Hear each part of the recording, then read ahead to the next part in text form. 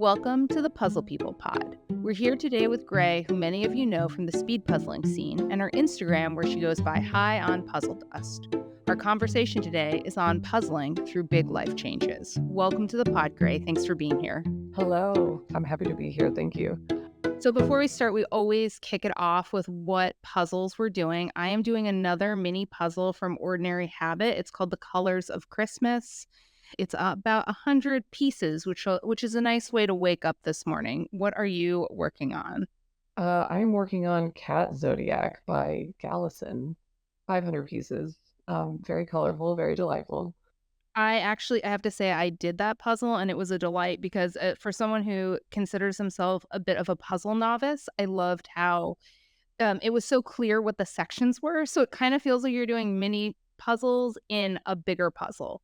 So for just to kick things off, you were actually, I think, one of the first people that Ben and I spoke with when we started to think about exploring the puzzling world. And something that really struck me in that first conversation was you shared about being in your early 20s and this kind of feeling of like going out, going to bars, rinse, repeat. And it was getting a little old and you started puzzling again. And it was something that you had done in your youth, but you really picked it up then. And it struck me that, puzzling was present for you during this time of sort of like young adulthood to adulthood. And now you have made a big move in your life, a big change. And obviously, puzzling is something now that's a staple. So I'm curious if you can talk a little bit about what was that like puzzling from young adulthood to adulthood? Like, how has your relationship with puzzling changed? And maybe how has it stayed the same? Yeah. So I definitely took a long break from puzzling, I would say in my early 20s, like kind of at the end of college and early adulthood, because I think I had kind of labeled it as this thing that I like, oh, I just did that when I was a kid. Like, yeah, puzzles are cool, but like I just, felt like I had outgrown it, I guess. But yeah, as you mentioned, like I just felt like my life had gotten kind of stale in terms of like I didn't feel like I had any hobbies. Like, all my friends and I ever really did, it felt like, was just kind of like get together and drink. And like I wasn't really a big partier, but it was just like, I don't know. I just felt ah, like a lackluster feeling to all of this. And yeah, I don't know. I just wanted to kind of take a break from all of that and revamp things. And I'd seen a lot of stuff about like rediscovering um like what you did as a child and like trying to introduce more fun to your life. And I just knew, like I knew that puzzles were something that I had always been drawn to, but I just, as I said, kind of felt like I had outgrown it. So I was like, you know what, I'm gonna circle back. And I don't know, it just kind of, I felt like kind of tapped back into this um like deep love of puzzles. And like I just forgot how settling and soothing it can be to like have this kind of mess of pieces come together into this beautiful image. And I don't know, it just ended up kind of providing a lot of calm in my life. And then obviously when I found speed puzzling, that kind of added this fun element. But um yeah, it's I don't know, I think it's always been there. I just kind of lost it and found my way back to it. We've talked about that in other podcasts and obviously in person. And I remember I went in the conversation I had with Jessa, she had a similar story. And I talked about too, how I've not only reconnected with a few things that have made me really happy from when I was a kid, but like stickers was one of them. And it's funny because I think we like go through this like phase when we're in adolescence. And I just watched Inside Out 2, where Riley, the main character, is an adolescent. And it's like this moment of transformation and there's so many different things happening to you and you feel like you have to leave all of this quote little kids stuff in the past, but really it's things that bring joy. And that movie, like, I think does a really great job visualizing how as we get older, in some ways joy gets put to the side like a lot. And so I'm very on board with this sort of desire to reconnect with things that brought you joy as a child, as an adult, and just really enjoy it. So like I have a planner and every morning I just like cover it in stickers, which is amazing because like I'm an adult with money, so you don't have to be like as precious. Um, That's amazing. and again, you brought up the fact that there is a feeling of calm when you puzzle and these sorts of emotional shifts that happen. And so I was curious, when you first started to puzzle again, especially after, you're a young adult, you're figuring out kind of like what your life is going to look like and, what's out there. Do you feel that puzzling created an emotional shift for you? Did your life change after you stopped kind of going out as much and started puzzling more? Did it help with anxiety? Like, what was the emotional, I guess, like aspect or transformation that you had? Yeah, I think it just provided a different coping mechanism that didn't leave me feeling shitty the next day, and I don't want it to sound like I was just this, like, out of control alcoholic because, like, I certainly wasn't. I was just I was in the South, that's kinda what everybody did, like, in a smaller-ish town, and yeah, I just didn't feel like there were a ton of options in terms of hobbies and social stuff, but, um, yeah, I would say I did feel a shift, and I think I don't know if it was 100% puzzling because I think I was trying to, like, really embrace this in other areas of my life and, like, find, small ways to just enhance whatever moment I was in without, drinking or whatever, so, yeah, I do think it kind of provided that shift that I needed, and also, like, it just kind of became a way to, like, better deal with, like, social situations that I wasn't all that jazzed about, which sounds terrible to say, but, like, I just started bringing puzzles to people's houses that people were, like, people would talk their shit about it, but, um, yeah, it just kinda became this thing where it's like, "Oh, other people are wanting to join in too," because, like, sometimes you don't wanna have this same conversation about how work sucks or whatever over and over and over, and so it was kinda nice to, like, I don't know, be like, "I'm out here and I'm socializing, but I can just kind of, like, do my own thing with this puzzle." Um, but yeah, I do think it, as I said, just kinda provided this other outlet, to help me kind of better deal with some of my emotions, anxiety, all of that. I wanna talk a little bit about speed puzzling because you brought that up, and you said that that was something that you eventually did. But I think that, again, a lot of people who are probably listening to this are probably speed puzzle curious, or they've been to competitions, or they're in the community, and so that's kind of how people know you. But what made you decide to give competitions in person a go? And what was that like? I mean, I know a lot of you guys started during the pandemic, so it was sort of this transition between talking to people online, meeting them in person. So what was that like for you? Yeah, also, I love the term speed puzzle curious. That's that is so delightful. Um, yeah, okay, so what was that like? Yeah, when I first kind of I think I have mentioned this before, but, like, as I started puzzling around other people, I just kinda realized a difference in skill level, and so when I don't know, I grew up playing sports and I'm competitive, and so, I obviously was like, "Are puzzle competitions a thing? Google, tell me."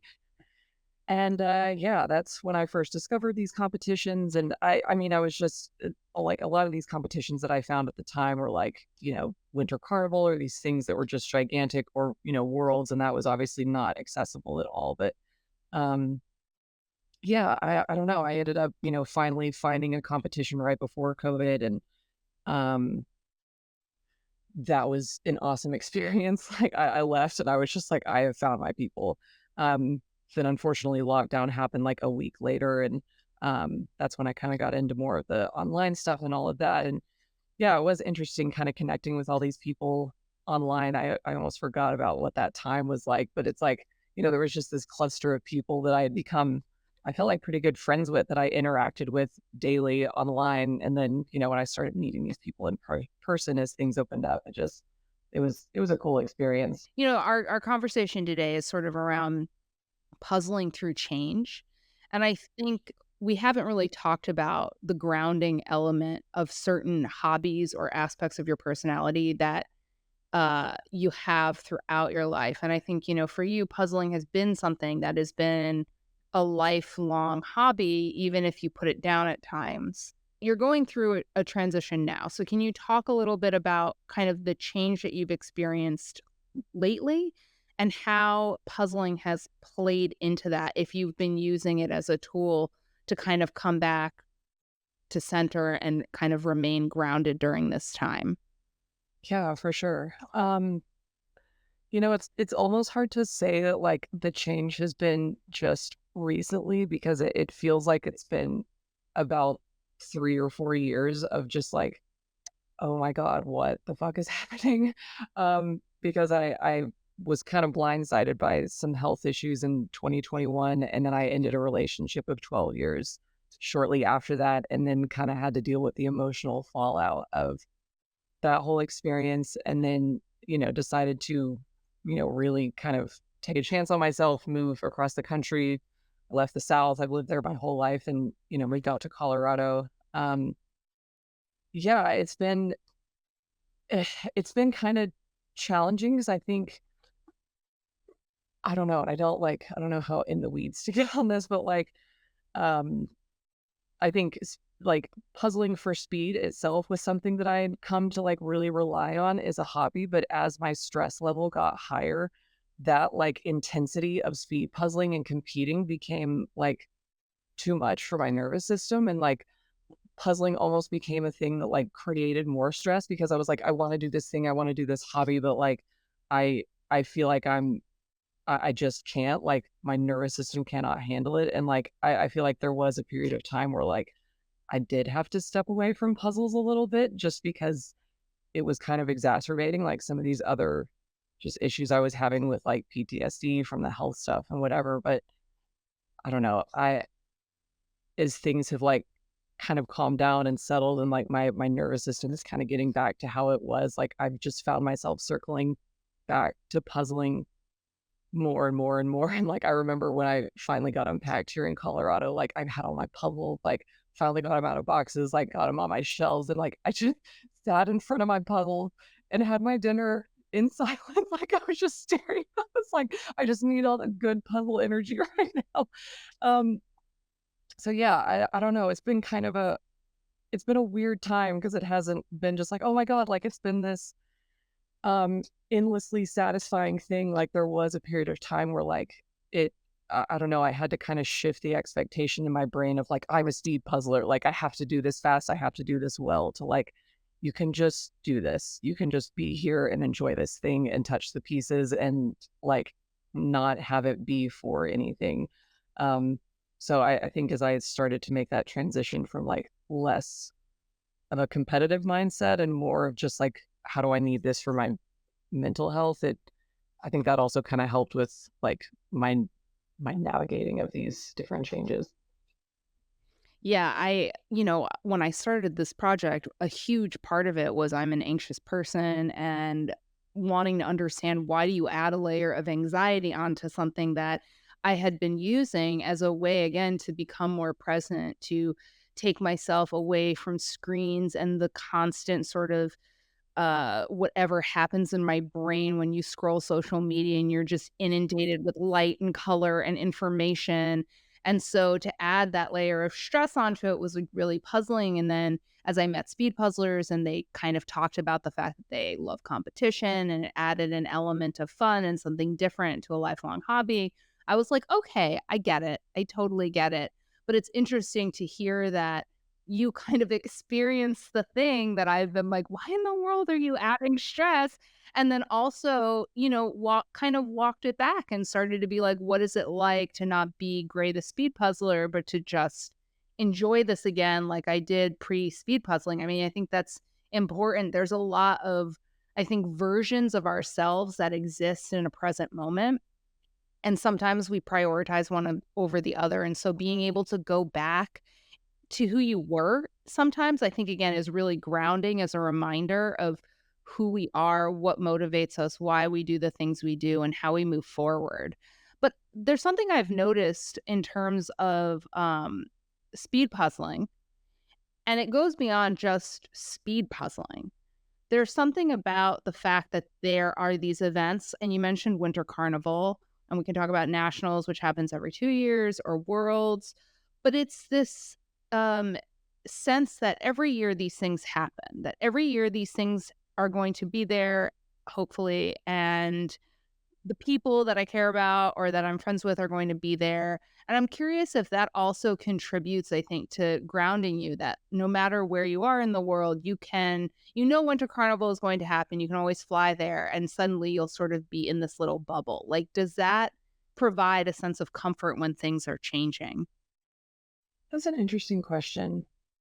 I I think there is some element of that, and I guess I hadn't really thought about it in those terms, but, like, I know that, like, I don't know, just even with normal day-to-day adult stuff, like, having that like, that next trip planned or that next thing or whatever, and I I don't know if I've mentioned this to you before, but, like, I I feel like in my, quote, "old life," like, I never really, like, traveled or did anything, like, I just it just seemed like it was just sort of a groundhog's day of, like, the same thing over and over and over, and so, yeah, like, I think that having these events now and these competitions, it just provides, like, a spark and, like, a little bit of excitement about, like, "Oh my god," like, it's only 6 weeks until nationals or 6 weeks until Winter Carnival or whatever, and, um, yeah, like, if if I didn't have,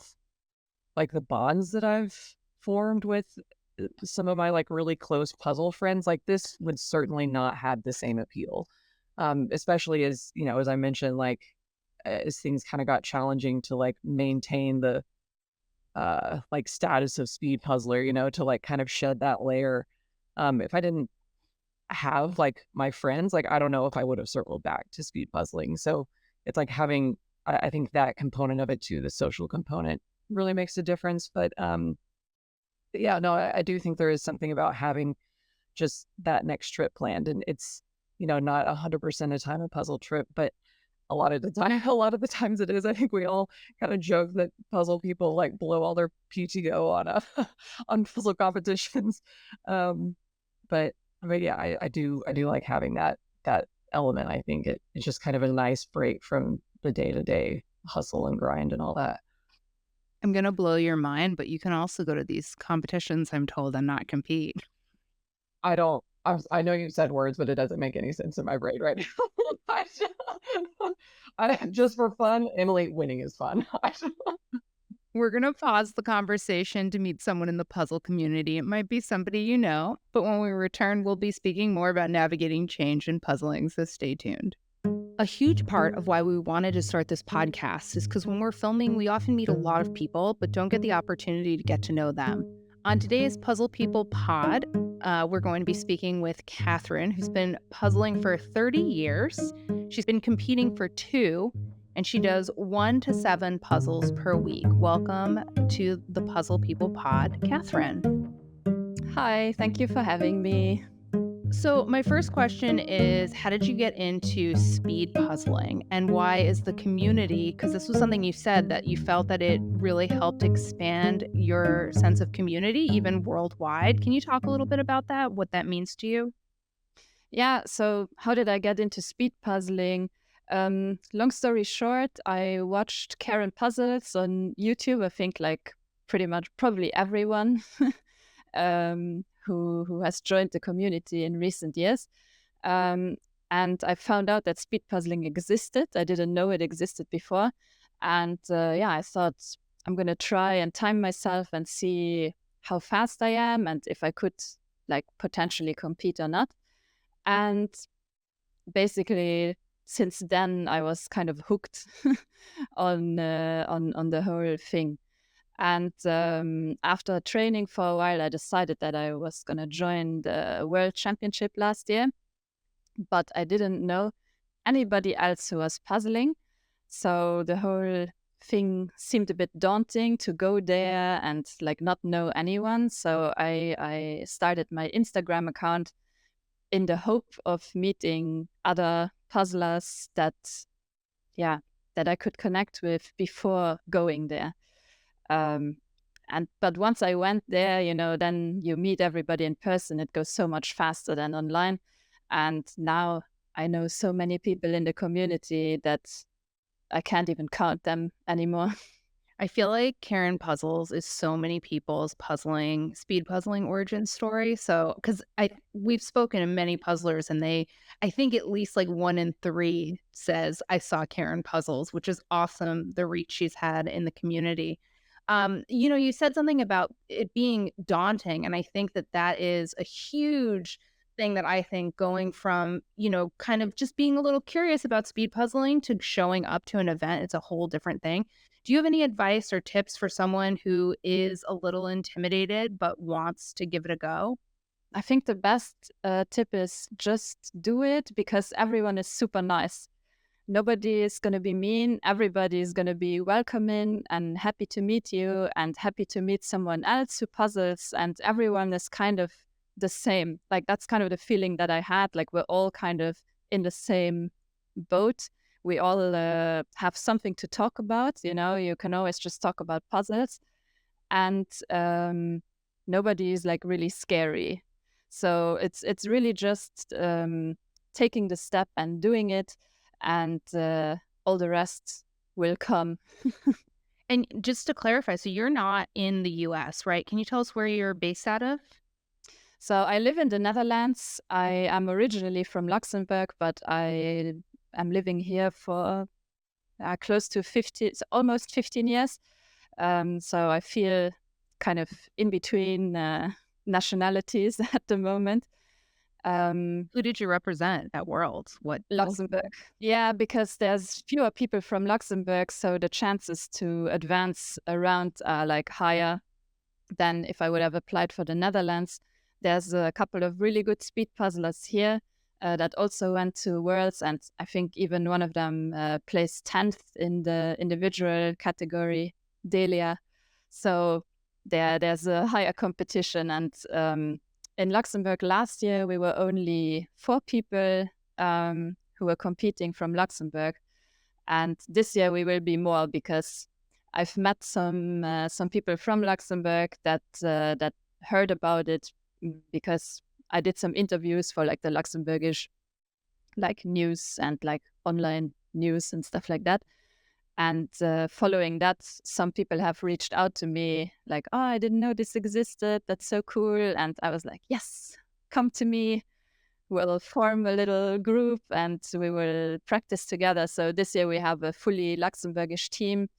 And then even some people that I don't even know that also signed up. So it's gonna be fun. You've become an ambassador for speed puzzling in Luxembourg. I'm curious, do you guys do local speed puzzling tournaments? Because this has been something that's definitely been popping up in the States where it feels like no matter where you are, you can kind of find something in your area. Or is speed puzzling for you guys something that you really have to seek out and find?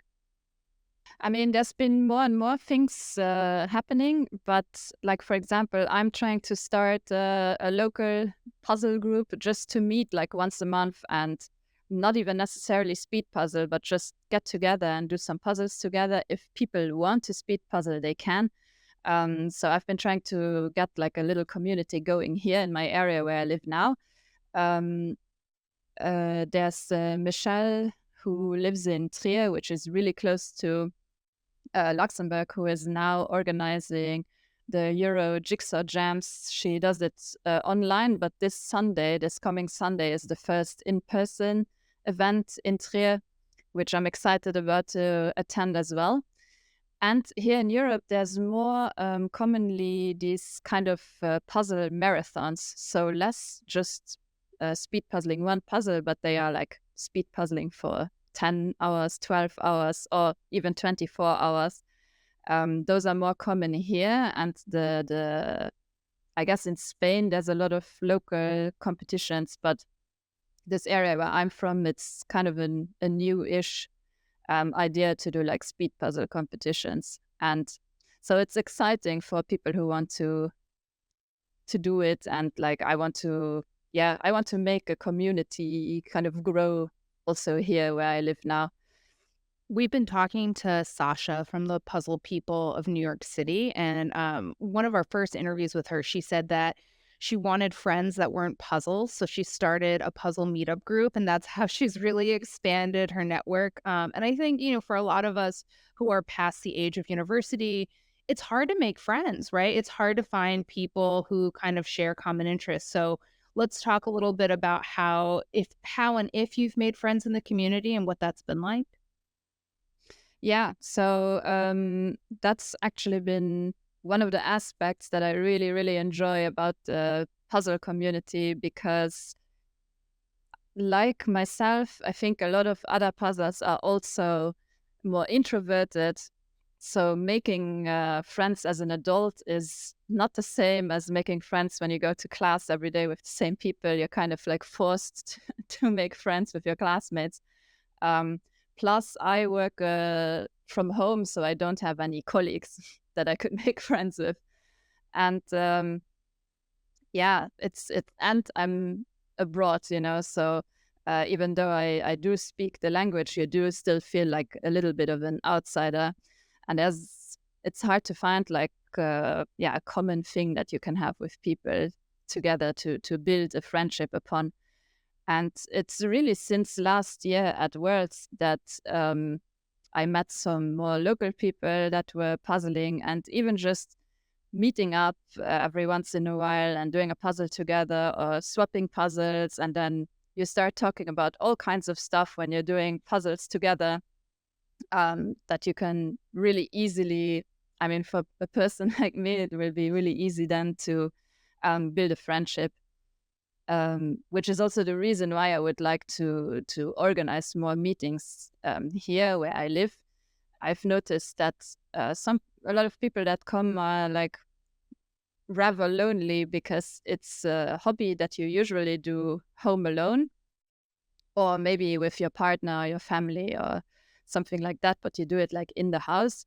And the idea for people to take this inside hobby and go somewhere outside the house and make it a social thing is, yeah, some people didn't really understand like what it was going to be like until they came to the meetings, and then they were like, oh great, I'm going to come again next month, which is what I was hoping for, that the same people would come back, and we could start creating a little bit of a friendship group community.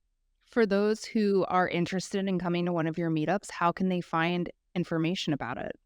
So I usually post about it on my Instagram. I have a partnership with the place where we are doing it, and they are also posting about it. And otherwise, just text me. I also have a WhatsApp group where I'm not going to spam you. I'm just going to like announce like when the next meeting is and how you can sign up to come.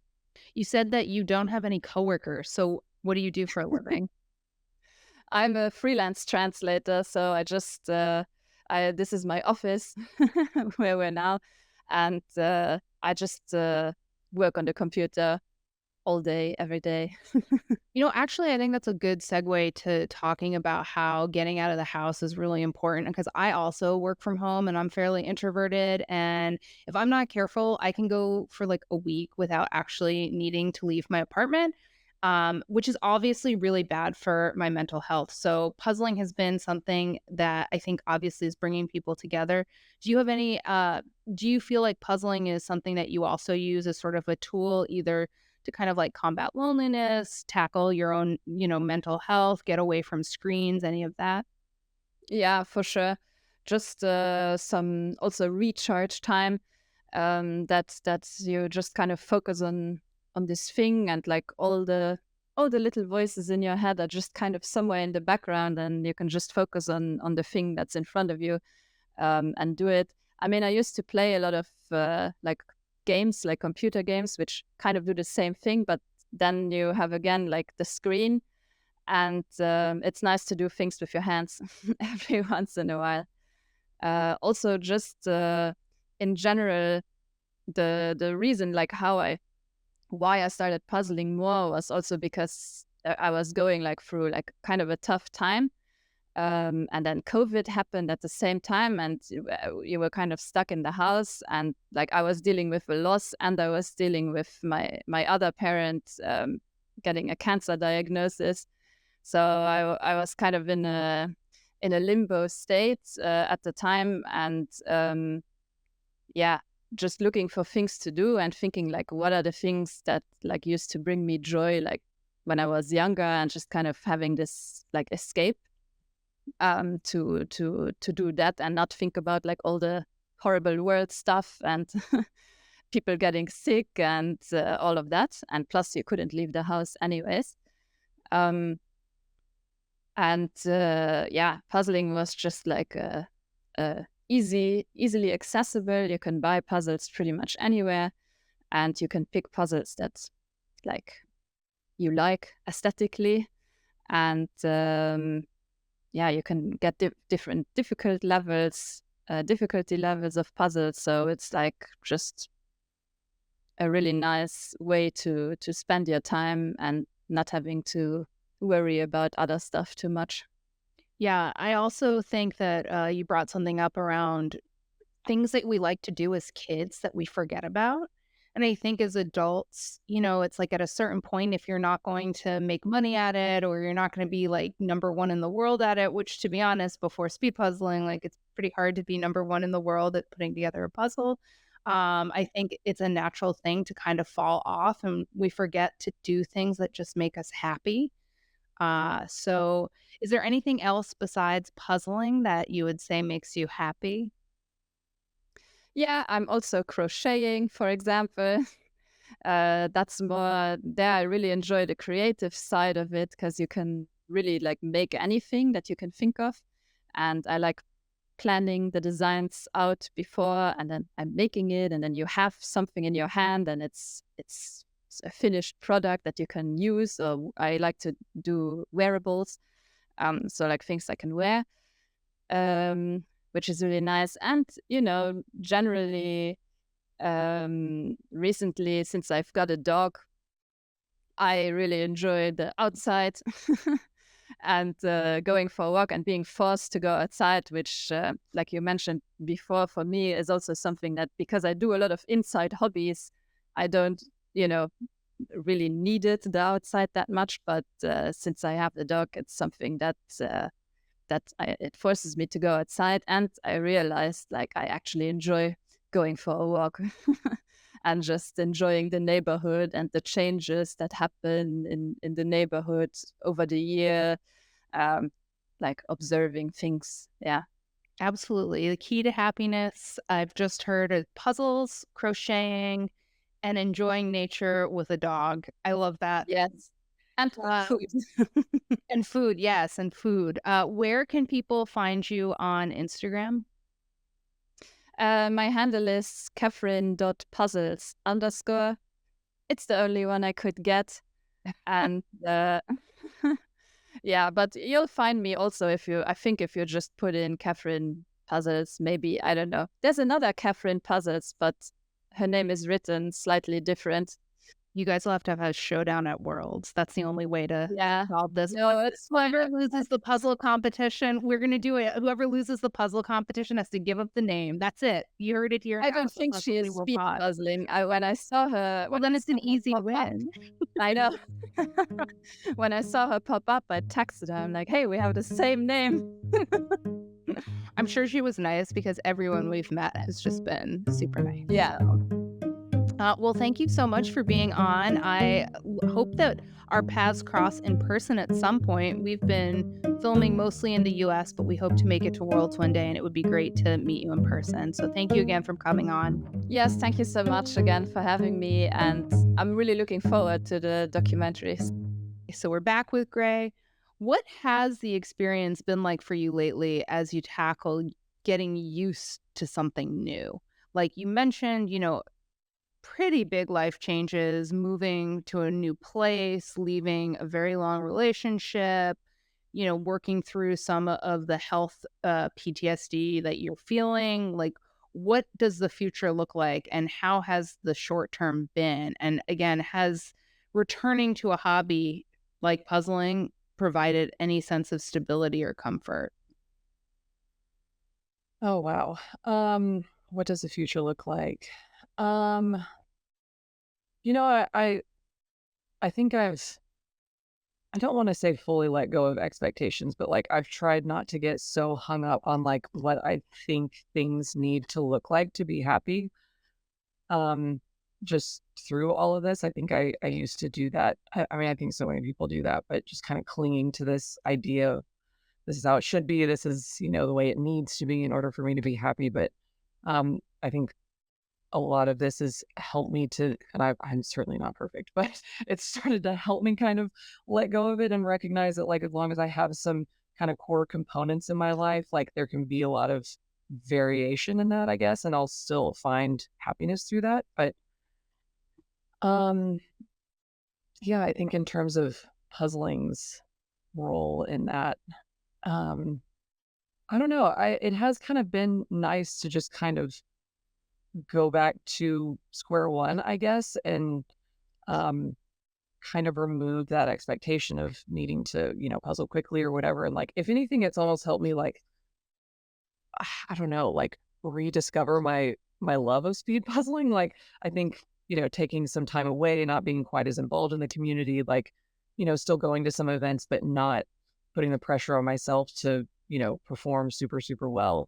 Um, and like just kind of focusing on other areas of my life, like getting myself settled in a new place, making friends, all of that. Like I just find myself kind of drawn back to speed puzzling. Like I just watched all the live stream stuff from Worlds and I was just like, I want to do that again. Like it doesn't feel like this expectation of like, oh my God, everybody is expecting this from me. Like they know me as a speed puzzler. Like I'm letting everybody down if I don't do this. It's more like this intrinsic drive of like I miss that. I miss that, just the fun of like being at these events and being so locked in and having this like just such a unique experience with people that feel the same way as I do about this hobby. Um so yeah, it's been kind of like a full circle moment as I've gone through this change. But yeah, I speed puzzling is definitely not going away, I don't think, but yeah, I don't know. Full circle for sure. I mean, I think that that's fair. Like sometimes you have to take a break from something in order to pick it up again and really love it because it can feel like a grind or other things can kind of get in the way. And before you know it, you're not feeling the same sort of joy that you got. And I think it's important to check in and see, if the thing you're doing still makes you happy. I have a question. How do you make friends as an adult? Because I think that's one that everybody struggles with. And I mean, what's cool about the speed puzzling is obviously it provides a place and a platform and an interest to make friends. But you're talking about being in a completely different place, and I have no idea how much speed puzzling is by you. So, what have you been using in terms of activities or like, I mean, how do you do it? Asking totally not for me. 100% for a friend. Um, that's so funny. Um, yeah, let's see. Making friends. Yeah, so I mean, I moved to a teeny tiny little mountain town in Colorado. There's like 1,000 people here. So it has been a little interesting, like getting plugged in. I think it's a little unique in that most people are transplants here. And so I think there is a little bit of that element of like, oh, I remember when I was you and new to the area and whatever. And like, um, so I think that's part of it. I've just been like really trying to say yes to as many things as I possibly can. Um, I ended up finding like an off leash dog group in the morning, and it's like mostly people in their like 50s, 60s, 70s, but me and my dog go every morning. And like, I feel like I'm getting plugged in with like, the people that are like really in the know that have lived here a long time.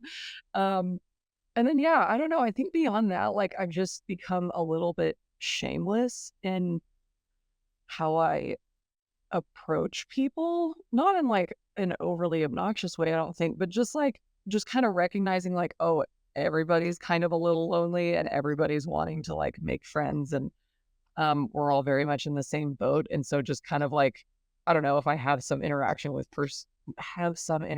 somebody, whatever, just be like, you're cool as shit. Why don't we hang out? Like, let's do something. Um, and I've found that the vast majority of the time people respond really well to that. So I don't know. That's kind of been my go-to. And also just like taking the initiative otherwise. Like, I think a lot of times we have those initial contacts with people and then it's like, well, I don't want to bother them. Like, they probably don't want to hang out, whatever. And so I'm trying to like fight past that mentally and be like, people want to hang out with you. Like, it's fine. Like, text them. It, we're all in the same boat. That's good advice, although I'm in New York City, so, it's a bit of a different vibe. There's a little bit more choice here. So I mean, you talked a little bit about why you made the move, but I mean, somebody may be listening who's had something kind of brewing in the back of their mind, and I'm curious, like, was it daunting, and how did you push through that to finally pull the trigger? On moving specifically?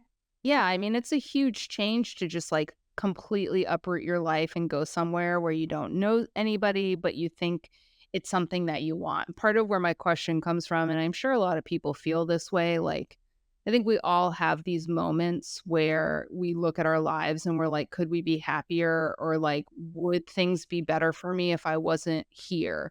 But then we think about, our jobs, our family, our network, and all of these things that we built, and the idea of leaving just seems too hard, but then you end up stuck in a situation where you're just, again, not happy. And so No, I think for me, I was fully stuck in that, and you just kind of have these narratives of like, I can't do it for whatever reason. I can't do it because I don't know. I like financially, there's no way I can make it happen, or I don't know how to make friends, or it would just be so overwhelming to be in a new city, or like I've been in the South. I don't know how to do like a Colorado winter. All my tops are crop tops. Like, fuck, but I, yeah, and as I said, like I don't want to get too like in the weeds with like trauma dumping here, but the health stuff really kind of like kicked me into gear because I didn't know if I was going to survive that experience. And not like, I'm not trying to be dramatic or dark, but like I saw a quote in the midst of all of that that said, everybody has two lives and the second one starts when you realize you only have one.